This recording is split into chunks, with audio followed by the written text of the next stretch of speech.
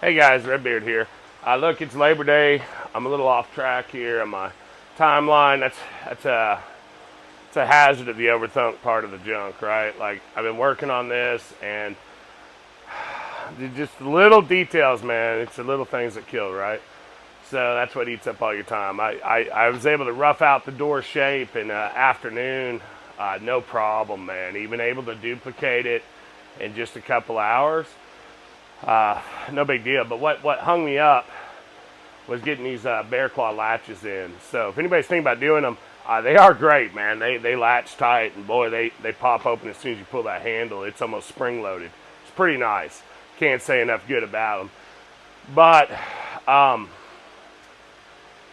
they're a little more bulky to get mounted when you're dealing with small hardware like what this door had. I had to modify everything, and we kind of went over that. But anyway, took a little bit of time, and I wasn't happy with this angle, but I took an old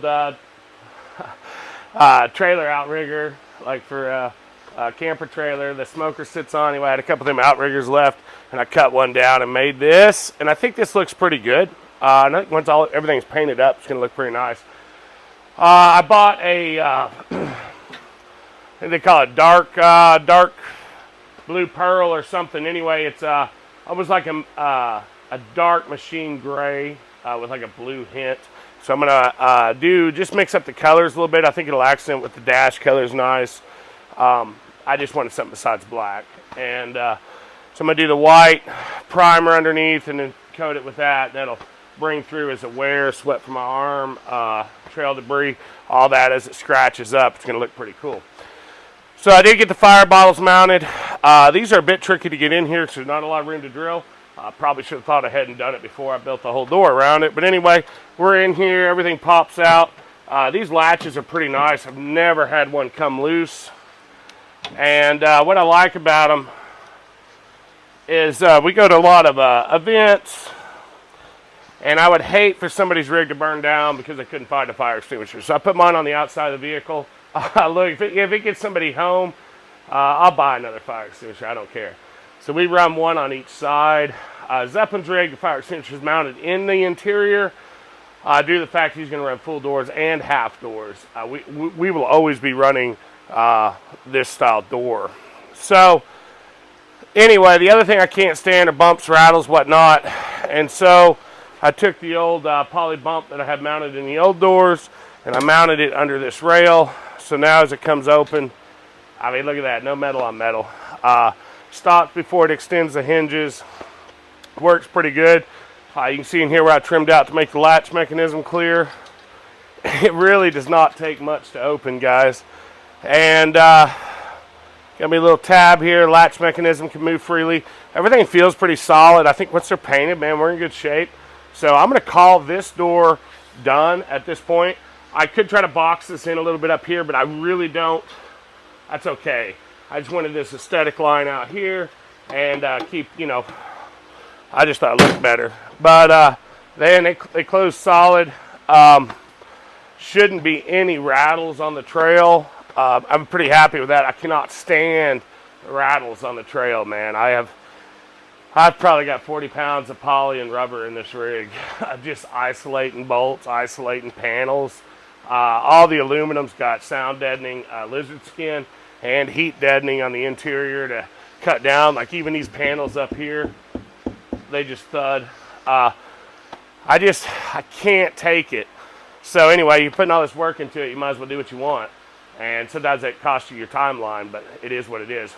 So anyway, for a little reminder, refresher, this is the original setup. This is actually the driver's door because I've stripped the passenger door now. Well, I didn't strip. I took the fire bottle and the bump stop off, right? But the old setup fit pretty good. Gusky really did a nice job. These use the factory Suzuki latches that grab the little, like the U-hook latch style. Anyway, this is using that stud. So I had to modify all that. So basically I pulled the fire bottle, pulled the bump stop, got all that moved over. I guess it would have been cool to have spaced these down a little bit more so I could have put the bottle all the way back. It does clear the leg, no problem. This is outside the roll cage. It's okay. I'll probably drill the rivets out of this and install it over on the new doors. I don't know. This sign's been with me since I worked in the Gulf of Mexico. I won't name any companies or anything, but it might have been a old one that was taken off a crane. So a little sentimental on that one. I'm going to keep it, but we'll get it mounted back up. But anyway, guys, that's it. The door handles were a little low profile. So you probably noticed the red.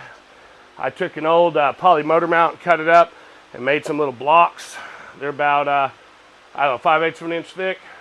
So I made some little blocks there, and that spaces that handle out where you can actually get your hand around it. And I just bolted into inserts. So everything minus the hinges, which they're welded permanently, everything else is inserts and bolted. So when I go to paint it, I'll be able to strip the whole door down, baggy everything up, and put it back together. Shouldn't be no problem. So anyway, I do like working with inserts. If it's one that's critical, I'll put a little tack on it just to be safe. But I got to be honest, man. Really, they haven't been an issue. So that's all I got right now. It's Labor Day. We're going to cook some steaks on the smoker. Got to get that fired up in a little bit. Just kind of taking it easy, man. And it did warm up today. It's in the mid-80s. It's 83 here in the shop right now, so it's going to keep warming up. And but like I said, it's probably the last week of it. So anyway, check back, follow along. We'll get you up to date. Thank you.